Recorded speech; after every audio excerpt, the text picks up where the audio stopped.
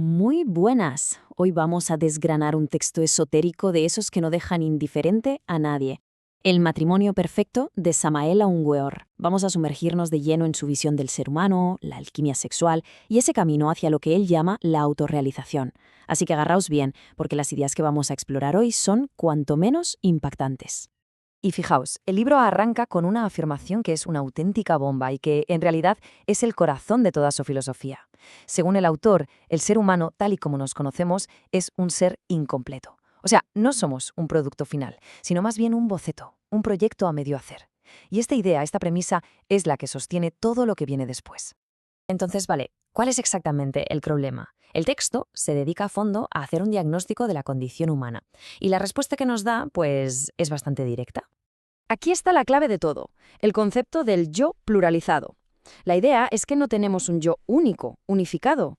¿Qué va? Lo que realmente vive dentro de nosotros, según esto, es una multitud de pequeños yoes o egos. Y cada uno tira para su lado, con sus propios deseos, sus manías, sus conflictos. El autor lo describe literalmente como una legión que habita en nuestro interior.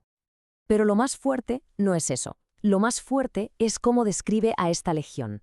No habla de simples rasgos de personalidad, no. Los llama una legión infernal, en una guerra civil constante dentro de nosotros, y la señala como la única y verdadera raíz de todo el dolor. Es básicamente el diablo que llevamos dentro, tal cual.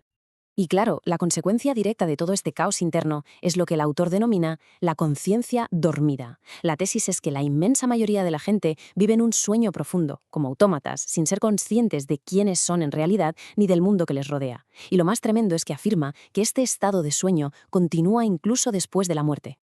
Vale, una vez planteado este panorama tan desolador, el libro, lógicamente, presenta su solución. Y esa solución, la gran respuesta, se encuentra en lo que él llama el matrimonio perfecto.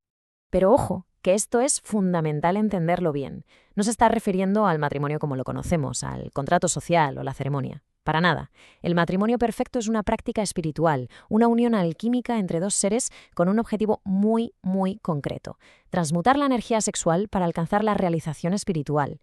De hecho, el libro llega a afirmar que es la síntesis última de todas las religiones. Aquí vemos la gran división, los dos caminos que presenta el libro.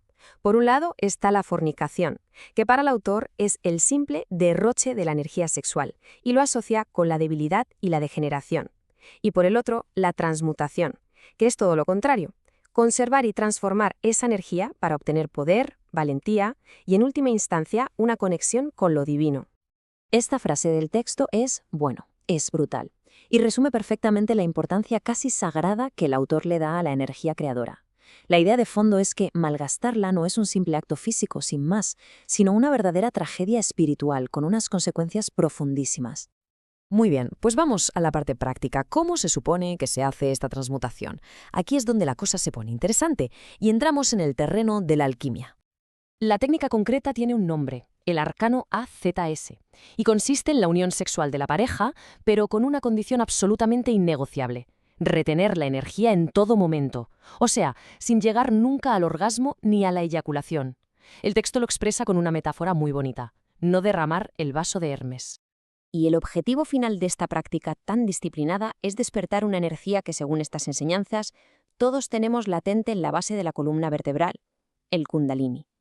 Se le describe como el fuego sagrado del Espíritu Santo, una fuerza increíblemente potente que, al ser despertada, inicia toda la transformación interior. El proceso, para que nos hagamos una idea, se puede resumir en 4 fases. Primero, la unión amorosa, que se considera un acto sagrado.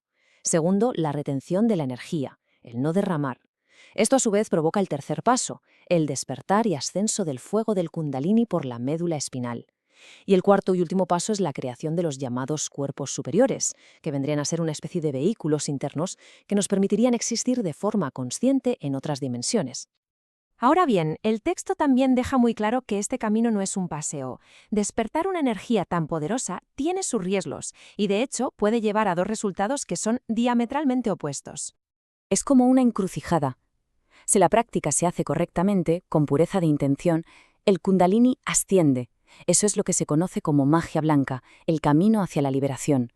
Pero si se mezcla con el deseo egoísta o si se derrama la energía, Ese mismo fuego desciende hacia lo que el libro llama los infiernos atómicos de la persona, convirtiéndose en la cola de Satán. Ese es el camino de la magia negra y la esclavitud. La principal fuerza negativa que nos puede desviar es Lilith, la luna negra, a la que se considera el origen mismo del ego y de la fornicación. Seguir su camino lleva directamente al abismo, un destino para los fracasados, para los que fallan en esta gran obra. Y aquí el texto incluye una categoría muy curiosa, los equivocados sinceros, es decir, gente que quizá tenía buenas intenciones, pero que eligió el camino incorrecto. Y todo esto nos lleva, por fin, a la meta. ¿Cuál es el objetivo final de todo este trabajo interior tan arduo y lleno de peligros? ¿La recompensa? Pues bien, el objetivo no es una simple mejora personal, ni una evolución lenta y gradual. No. El punto clave aquí es que se busca una revolución de la conciencia, un cambio radical, absoluto, que se consigue a través de dos procesos simultáneos: aniquilar por completo el yo pluralizado y a la vez construir conscientemente esos nuevos cuerpos espirituales. El resultado de esta revolución es lo que el libro llama el superhombre, también conocido como el Adam Cristo o el Hijo del Hombre. Es ni más ni menos que ese ser logrado del que hablaba la primera frase que vimos, una criatura que ha trascendido su estado animal para convertirse en un ser humano de verdad, completo, realizado. Y este ser realizado, según el texto, adquiere poderes que suenan a ciencia ficción. Alcanza la inmortalidad consciente, despierta su conciencia al 100% y se convierte en lo que el autor llama un dios terriblemente divino, alguien capaz de nacer y moverse a voluntad por los mundos superiores.